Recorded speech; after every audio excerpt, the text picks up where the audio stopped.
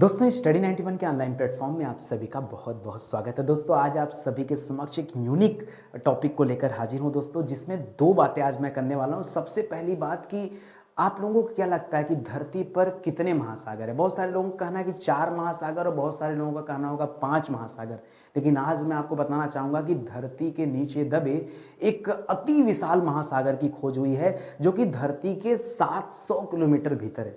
मुझे एक चीज लग रहा है, हम चंद्रमा पर जाके उससे ज्यादा शोध कर चुके हैं, मुझसे ज्यादा जानकारी मंगल ग्रह के धरती के बारे में रखे हैं, लेकिन हम अपनी ही धरती के बारे में बहुत कुछ नहीं जानते। अभी हाल फिलहाल में दोस्तों एक नए द्वीप की भी खोज की गई। ठीक है, दुनिया इतनी आगे चलेगी और वो द्वीप आज जाके मिला है। मतलब इतना टेक्नोलॉजी आगे जाने के बाद अभी बहुत कुछ है जो अपनी ही धरती के बारे में हम नहीं जानते हैं। तभी तो धरती के 700 किलोमीटर नीचे एक नए महासागर का पता लगा। न जाने इस धरती में और क्या क्या छिपा है। ये तो पहली बात है। दूसरी बात है दोस्तों, आज की क्लास में एक और डिस्कस हम लोग करने वाले हैं कि जो अफ्रीका महाद्वीप है दोस्तों, ये 2 भागों में टूट रहा। अफ्रीका का नाम तो आप सभी ने सुना होगा, लेकिन ये 2 भागों में टूट रहा। लेकिन ये संभव कैसे सर, ये सच है कि नहीं? तो देखिए अफ्रीका का मैप है 2 भागों में अलग हो रहा है। क्यों अलग हो रहा, कैसे अलग हो रहा, कब तक अलग हो जाएगा, तमाम बातें आज हम अपनी क्लास में करने वाले हैं। थोड़ा सा समय निकालेंगे तो नई नई चीजों के बारे में आप जानकारी पाएंगे। ठीक है, चलिए अपनी कहानी शुरू करते हैं दोस्तों कि क्या कहानी है। तो जमीन के 700 किलोमीटर नीचे एक नए महासागर का पता चला है। सर एक बात बताइए, कोई गाड़ी वाड़ी लेके धरती के 700 किलोमीटर नीचे गया था क्या? अरे नहीं भाई नहीं, धरती के इतने नीचे आज तक कोई गया नहीं है। ना ही कोई ऐसी सुरंग बना पाया है कोई व्यक्ति जो धरती के 700 किलोमीटर तक अंदर चली जाए। सर अगर कोई गया नहीं है तो पता कैसे चला कि वहां महासागर है? भाई आपकी बात तो बिल्कुल सही है कि अगर कोई गया नहीं तो जानकारी कैसे मिली। हम वो भी आज आपको साबित करके दिखाएंगे कि वैज्ञानिकों ने कैसे माना कि यहां पर निश्चित रूप से एक महासागर है। भाई कहने को कुछ और भी हो सकता है, महासागर ही क्यों? तो दोस्तों उसका भी कारण मैं आपको बताऊंगा। ठीक है, अपनी कहानी शुरू किया जाए। दोस्तों आपको जानकर हैरानी होगी कि ये जो महासागर की खोज की गई है, ये महासागर दोस्तों पूरे धरती पे जितना पानी है उस पानी के 3 गुना पानी। बाप रे बाप सर, 3 गुना पानी। हाँ, पूरे धरती पर सोचो, अगर हम अपने स्थल खंड की बात कर दें तो जो हमारा स्थल खंड 2/3 तो पानी से घिरा है। हमारी पूरी पृथ्वी अगर हम बात करें दोस्तों, हम आपको एक चीज दिखाते हैं यहाँ पे। ठीक है, अगर हम पूरी पृथ्वी की बात करें, ये आपको पृथ्वी नजर आ रही ना, आप देखो कि इसके कितने हिस्से पर पानी है। ठीक है, ये पूरा का पूरा कितने हिस्से पर आपको पानी नहीं, ये अपना देश भारत नजर आ रहा होगा। और आपको मैं बताना चाहूंगा दोस्तों कि अगर हम पृथ्वी के परिप्रेक्ष्य में बातें कर रहे हैं तो याद रखिएगा पृथ्वी के 2/3 हिस्से पर, 2/3 हिस्से पर क्या दोस्तों, सिर्फ जल ही जल है। क्या है दोस्तों? जल ही जल है। ठीक है, तो जब इतने बड़े क्षेत्र पर दोस्तों जल है तो जो स्थल खंड है वो कितना है दोस्तों? ये स्थल खंड जो दोस्तों ये मात्र 1/3 है। भाई 2/3 हिस्से पर अगर पानी है तो जाहिर सी बात है 1/3 हिस्से पर ही जल है। और कहा जा रहा है कि जो नया महासागर है दोस्तों, जो नया महासागर मिला है वो महासागर दोस्तों 3 गुना बड़ा है। 3 गुना बड़ा है। ठीक है, यानी अगर ये महासागर धरती पर आ गया, अभी तो जमीन के 700 किलोमीटर नीचे है, अगर ये किसी कारण से धरती पर आ गया तो धरती पर कुछ बचेगा नहीं, कुछ भी नहीं बचेगा। ठीक है, पहाड़ों की चोटियां हो सकता है दिखें, चोटियां दिख सकती है केवल, वरना अगर मानवता की बात करें तो ये पूरी की पूरी सृष्टि ही समाप्त हो जाएगी। मानव ने जो कुछ भी बनाया ना, ये सब कुछ क्या हो जाएगा? समाप्त हो जाएगा। अगर जो जल है वो बाहर आ गया तो भाई 3 गुना पानी मायने रखता है। ठीक है, थोड़ा सा ग्लेशियर का पिघलता है, थोड़ा सा ग्लेशियर पिघलता है तो जलस्तर बढ़ जाता है, और जलस्तर बढ़ जाता तो आपने देखा कितने सारे द्वीप डूबते हुए नजर आ रहे हैं। अगर इतना पानी का सोर्स बाहर निकल गया तो सोचो क्या होने वाला है। ठीक है, सब भगवान ही बचाएगा। आगे कहानी देखते हैं। ठीक कह रहा है, यदि यह जल धरती से बाहर निकल जाए तो संपूर्ण संसार का अस्तित्व समाप्त हो जाएगा। अगली बात, सच कहें तो हमें अपने पृथ्वी के बारे में कम जानकारी है, बल्कि उससे ज्यादा जानकारी हमें चंद्रमा के बारे में है, हमें सौरमंडल के अन्य ग्रहों के बारे में। अभी हमें अपनी पृथ्वी पर बहुत शोध करना बचा हुआ है। ठीक है, आइए कुछ कहानियां आगे बढ़ाते हैं और कुछ नई बातें बताते हैं। दोस्तों 700 किलोमीटर नीचे ना जो ढूंढा गया, एक्चुअली में सबसे पहले एक चट्टान मिला। ठीक है, उस चट्टान को नाम दिया गया दोस्तों रिंग उडाइट चट्टान उसे कहा गया। इस चट्टान की खासियत है, इस चट्टान की खासियत है दोस्तों कि ये पानी को आकर्षित करता है। एक्चुअली में पानी को आकर्षित नहीं करता। जो पानी है दोस्तों, जो जल है, मैं आपको बताना चाहूंगा, जो जल है, जल का रासायनिक सूत्र होता है H2O। देखो, जो बच्चा तैयारी नहीं करता या जो अन्य लोग देख रहे होंगे उन्हें नहीं समझ में आएगा क्या है। मैं आपको ये बताना चाह रहा हूं कि पानी बना किससे है। तो पानी बना है हाइड्रोजन और ऑक्सीजन से। ये H मतलब क्या होता है? H का मतलब होता है हाइड्रोजन। तो हाइड्रोजन के 2 अणु और O माने होता है ऑक्सीजन। ऑक्सीजन के एक अणु मिलकर के क्या बनाते हैं दोस्तों? जल का निर्माण करते हैं। और ये जो चट्टान है ना, ये जो जिस चट्टान का नाम दे रहा है रिंगुडाइट चट्टान, ये चट्टान हाइड्रोजन को आकर्षित करती है। तो क्या करती? धीरे धीरे पानी उसमें रिस रिस कर जमा होता चला गया और इतना पानी वहां पहुंच गया है जितना पानी हमारे धरती पर नहीं है। हमारे धरती के 3 गुना पानी वहां पहुंच गया है। अब बात आती है कि सर वो 700 किलोमीटर नीचे मतलब धरती में है क्या? ठीक है, तो देखो ये इस तरह से कुछ पृथ्वी है। पृथ्वी के क्रस्ट, जो ऊपरी हिस्सा जहां पर हम लोग निर्माण करके रहते हैं ना, उस ऊपरी हिस्से को हम कहते हैं भूपर्पटी। क्या कहते हैं? भूपर्पटी, या इंग्लिश में उसे ही कहा जाता है क्रस्ट। ठीक है, तो सबसे ऊपर का जो हिस्सा है दोस्तों, इसे क्या नाम देते हैं? इसे नाम देते हैं भूपर्पटी। भूपर्पटी, या इसी को हम नाम दे देते हैं क्रस्ट। ठीक है, क्रस्ट के बाद जो बीच का हिस्सा होता है दोस्तों, जो बीच का हिस्सा होता है पृथ्वी पर, वो क्या होता है दोस्तों? ये बीच का हिस्सा जो होता है दोस्तों, अभी यहां से मत करिए, ठीक है, जो बीच का हिस्सा होता है यहां पे देखिए 2900 किलोमीटर से स्टार्ट होगा यहां तक। ठीक है, ये वाला जो हिस्सा होता है दोस्तों, ये इसको कहा जाता है मेंटल। क्या कहा जाता है दोस्तों? मेंटल। और जो पृथ्वी के अंदर का हिस्सा है दोस्तों, कोर। मैं आपको ये सब नहीं बताने वाला हूं, आप ये सब छोड़िए, मैं काम की बातें बताता हूं। तो यहां धरातल से दोस्तों सीधे सीधे आ जाइए 700 किलोमीटर भीतर। 700 किलोमीटर भीतर दोस्तों क्या पाया गया है? ये रिंगुडाइट चट्टान पाई गई। वो क्या करती है? हाइड्रोजन को आकर्षित करती है। सर ये बताइए मुझे, ये बात आप बता रहे हैं या किसी ने बताया? पॉइंट की बात भैया। तो याद रखिए, इस महासागर को खोजने के लिए जो दल बनाया गया था, उस दल के एक प्रमुख सदस्य थे जिनका नाम था स्टीव जैकबसन। ठीक है, स्टीव जैकबसन ने बताया कि रिंगुडाइट एक स्पंज की तरह है। स्पंज मतलब सोखते की तरह है, जो पानी सोख लेती है। क्या करती है? जो पानी को सोख लेता है, एक ऐसा स्पंज है। एक्चुअली में इसके बारे में कुछ और भी बताया गया है। ठीक है, इसके बारे में बताया गया कि रिंगुडाइट की जो क्रिस्टल संरचना है उसमें कुछ विशेष है। वो मूल रूप से दोस्तों हाइड्रोजन को आकर्षित करता है, क्योंकि जल में हाइड्रोजन होता है, इसलिए वो पानी को आकर्षित करता है और धीरे धीरे रिस करके पानी वहां पहुंच रहा है। ये सर ये बताइए, अगर सारा पानी वहां चला जाएगा तो हम लोग पिएंगे क्या? भाई पॉइंट की बात है, समुद्री पानी तो पी नहीं सकते, वो पानी तो खारा होता है। फिर अच्छा, मैं आपको एक चीज और बताना चाहूंगा, लगभग 96% पानी क्या दोस्तों? समुद्री जल है। ठीक है, 96% जो जल है दोस्तों, वो क्या है दोस्तों? पीने योग्य नहीं है। पीने योग्य नहीं है। जो बचा खुचा जल पीने योग्य है भी ना, वो भी दोस्तों ग्लेशियरों में बर्फ के रूप में मौजूद है। तो हम बर्फ को गलाएंगे तब तो पानी मिलेगा। जो हमारे पास पानी है दोस्तों, कुछ प्रतिशत पानी जो पीने योग्य पानी है, वो कुछ प्रतिशत पानी। इसीलिए बार बार आपसे कहा जाता है भैया कि पानी बचाइए, पानी की कीमत समझिए। हम लोग उस दुनिया को देख रहे हैं जब पानी बिक रहा है, आगे हम लोग उस दुनिया को भी देखेंगे। हम सभी उस दुनिया को देखेंगे जब कभी हम टॉयलेट करने जाएंगे तो उसके लिए भी हमें पानी खरीदना पड़ेगा। ठीक है, खरीदना पड़ेगा। ठीक है, ऐसी स्थिति आएगी आपको नहाने के लिए पानी देना पड़ेगा। आप बड़े बड़े शहरों में चले जाओ, वहां वाटर टैक्स लग रहा है। वाटर टैक्स लग रहा है भाई। आपने वाटर क्राइसिस के बारे में सुना होगा। बंगलुरु एक ऐसा देश है दोस्तों जहां वाटर क्राइसिस आ गई। बहुत बुरे हालात है वहां, बहुत बुरे हालात है, आपकी सोच से परे वहां पर बुरे हालात चल रहे हैं। दुनिया में कई सारे ऐसे देश हैं जहां से जल पूरी तरह से समाप्त हो गया, पूरी है ही नहीं जल, सप्लाई से पानी पहुंचाया जा रहा है वहां पे। ऐसे कितने दिन तक जीवन चलेगा?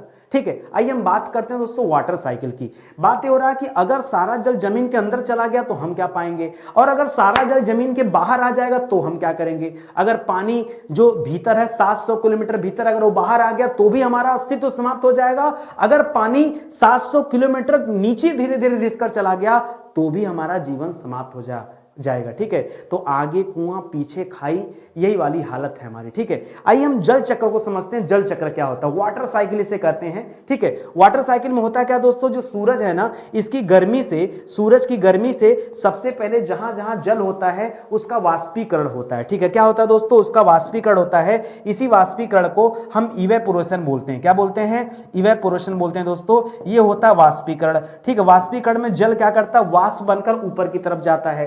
ऊपर जाता है दोस्तों तो ये बादल का रूप धारण कर लेता है। धीरे धीरे दोस्तों संघनन की क्रिया होती है जिसे हम कंडेंसेशन बोलते हैं, ठीक है, संघनन की क्रिया होती है। और जब यह जल ठंडा हो जाता है तो दोस्तों क्या हो जाता है, यहाँ वर्षण की क्रिया होती है, यानी बरसात हो जाती है। बरसात हो जाती है तो पुनः वो जल क्या हो जाता है, वापस आ जाता है, यानी जितना जल ऊपर गया उतना जल वापस नीचे आ गया। तो एक साइकिल के रूप में ऐसे काम करता रहता है, ठीक है। अब सोचिए ऐसे साइकिल चल रहा है और यहीं से कुछ जल धरती के नीचे चला गया, तो अगर धरती के नीचे जाता जाएगा तो सूर्य को वाष्पीकरण के लिए कम जल मिलेगा, और कम जल मिलेगा दोस्तों तो वाटर साइकिल जो दोस्तों डिस्टर्ब हो जाएगी, ये वाटर साइकिल डिस्टर्ब हो जाएगा, आप समझिए, ठीक है। तो अभी मैंने जो H2 वाला बात बताया वो बात यहाँ पे लिखा हुआ है, ठीक है। आइए आगे बढ़ते हैं दोस्तों।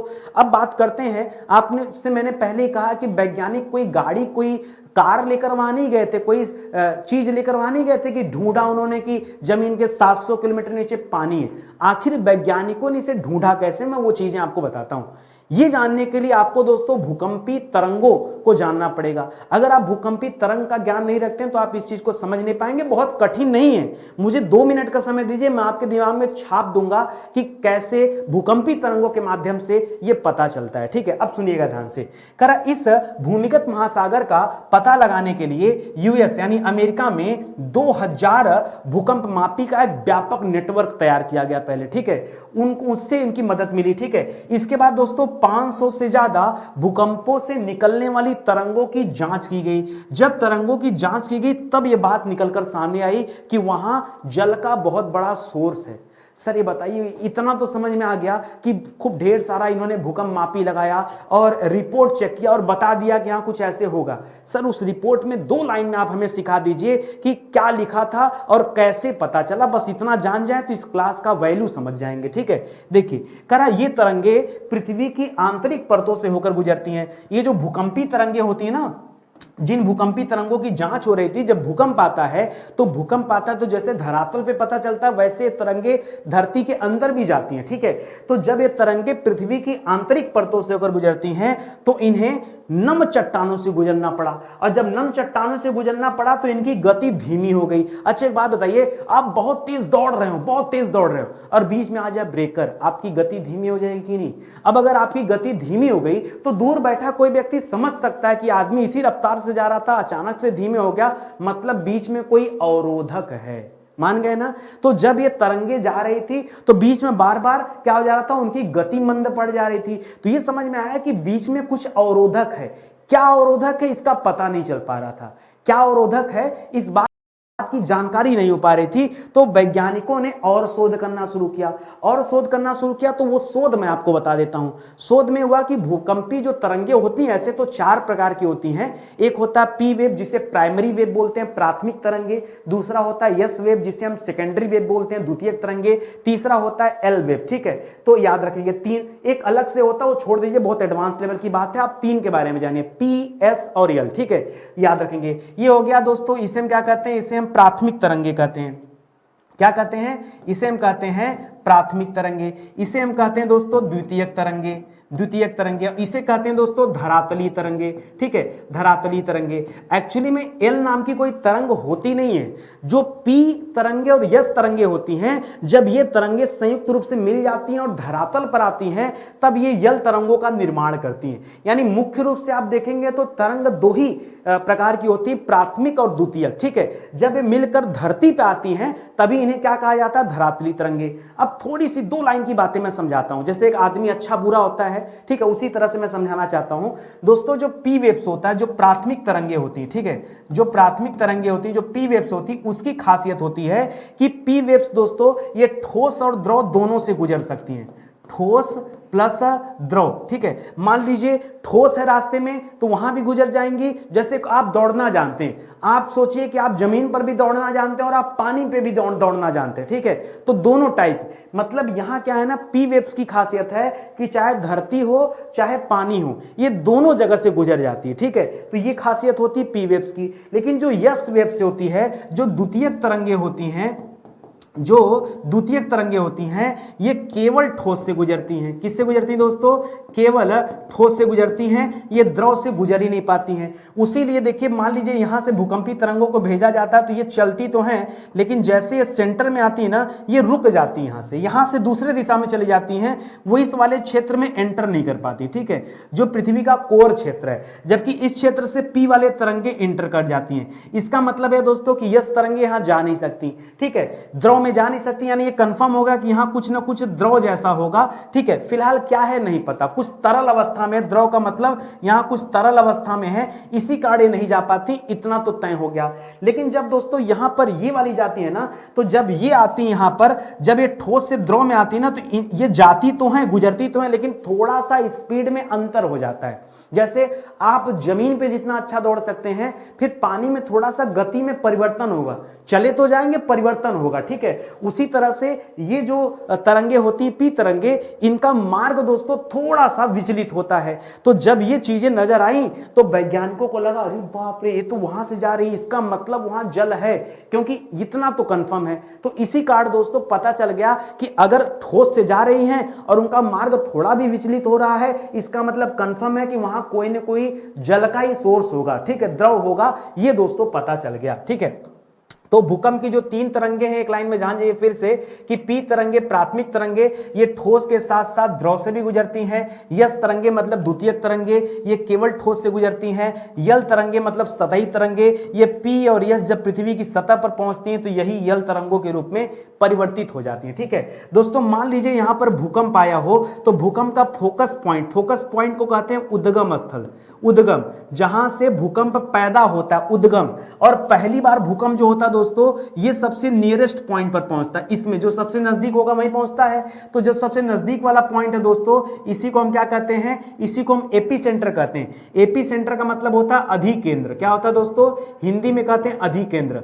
अधिकेंद्र वह जगह होता है जहां पर सबसे पहले भूकंपी तरंगों का अनुभव किया जाता है। उसके बाद दोस्तों ये भूकंपी तरंगे और भी दिशा में जाएंगी, फिर उनको, उन क्षेत्रों को भी प्रभावित करती हैं। तो दूरी के हिसाब से ये तरंगे, इन तरंगों का प्रभाव कम होता जाता है। भाई मान लीजिए 2000 किलोमीटर दूर भूकंप आया तो आपको एहसास नहीं होगा, लेकिन 200 किलोमीटर पे आएगा तो एहसास होगा, और 20 किलोमीटर पे आएगा तो और एहसास होगा, 2 किलोमीटर पे और एहसास होगा, और हमारे पैर का नीचे आ जाए तो और भी ज्यादा एहसास होगा। तो यही मामला है दोस्तों, इस तरह से वैज्ञानिकों ने ढूंढ निकाला। ठीक है, आइए आज की क्लास में एक और मुद्दे पर हम चर्चा करने वाले हैं कि अफ्रीका 2 भागों में टूट रहा है। क्या सच में अफ्रीका सर टूट रहा है? इतना बड़ा महाद्वीप कैसे टूट सकता है? तो मैं आपको बताऊं दोस्तों, जो पृथ्वी है, पृथ्वी के ऊपर ये जो महाद्वीप है ना, ये प्लेट के आधार पे, ठीक है, कई सारी प्लेटें हैं, उन्हीं प्लेटों पर ये महाद्वीप है। ठीक है, ये प्लेट जब दोस्तों क्या करते हैं, एक दूसरे से अलग होते हैं, तो उसी को हम प्लेटों का टूटना कहते हैं। बड़े बड़े वैज्ञानिक अपने भाषा में इसे कहते हैं महाद्वीपीय विस्थापन का सिद्धांत। ठीक है, इसे क्या नाम देते हैं वो लोग नाम देते हैं महाद्वीपीय विस्थापन। क्या नाम देते हैं? महाद्वीपीय विस्थापन का नाम देते हैं। आपको खैर इतना डिफिकल्ट चीज नहीं जानना है, मैं आपको केवल ये बताना चाहता हूं कि कैसे अफ्रीका 2 भागों में टूट रहा। तो ये अफ्रीका महाद्वीप है दोस्तों, और ये अफ्रीका महाद्वीप देखिए यहां से दोस्तों ये टूट रहा है, और ऐसा नहीं कि तुरंत ही टूट जाएगा, हालांकि अभी सिर्फ दरार मिली यहां पर। ठीक है, दरार के बाद दोस्तों आज नहीं तो कल इसे टूट ही जाना है। ठीक है, आज नहीं तो कल ये हिस्सा टूटकर अलग हो जाएगा। ठीक है, यहां से हिस्सा अलग हो जाएगा जो आप देख पा रहे हैं। ठीक है, लेकिन कैसे हुआ वो भी चीजें मैं आपको बता देता हूं। तो दोस्तों ये जो दरार, इसको नाम दिया गया पूर्वी अफ्रीकी दरार, क्योंकि अफ्रीका के पूरब की तरफ दरार है, इसलिए इसे नाम दिया गया पूर्वी अफ्रीकी दरार नाम दिया गया। ठीक है, कह रहा है कि धरती पर बनेगा एक और महासागर। मान लीजिए ये दरार टूट गया तो अभी तो इसके नीचे दोस्तों ये हिंद महासागर है। कौन सा महासागर दोस्तों? ये हिंद महासागर है। ठीक है, तो जब हिंद महासागर तो टूट करके जब पानी यहां पे आ जाएगा, ये तो खिसक जाएगा, तो ये आ जाएगा खिसक के दोस्तों, यही वाला हिस्सा जाएगा कहां? ये वाला हिस्सा आ रहा है भारत की तरफ। किसकी तरफ आ रहा है दोस्तों?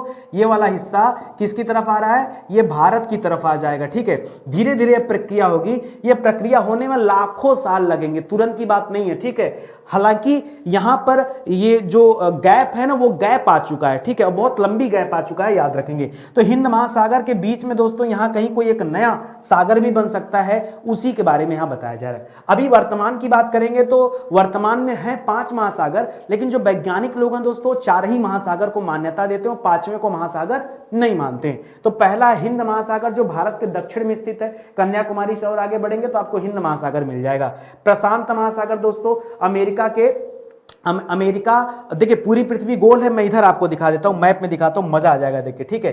देखिए मैप में देखेंगे ना तो नीचे की तरफ दोस्तों जो आपको नजर आ रहा है, ये नीचे की तरफ ये वाला जो हिस्सा है ना, ये वाला हिस्सा किसका दोस्तों, ये हिंद महासागर का है। पृथ्वी गोल है ना, तो हिंद महासागर के बाद ये जो बड़ा वाला हिस्सा देखिए कितना बड़ा महासागर, यहां से देखिए यहां तक कितना बड़ा महासागर है, ये जो महासागर दोस्तों प्रशांत महासागर है। तो हिंद महासागर, प्रशांत महासागर। इसके बाद दोस्तों ये अफ्रीका और अमेरिका के बीच का जो यस वाला हिस्सा है, ये हिस्सा है अटलांटिक महासागर का, ठीक है, अटलांटिक महासागर का।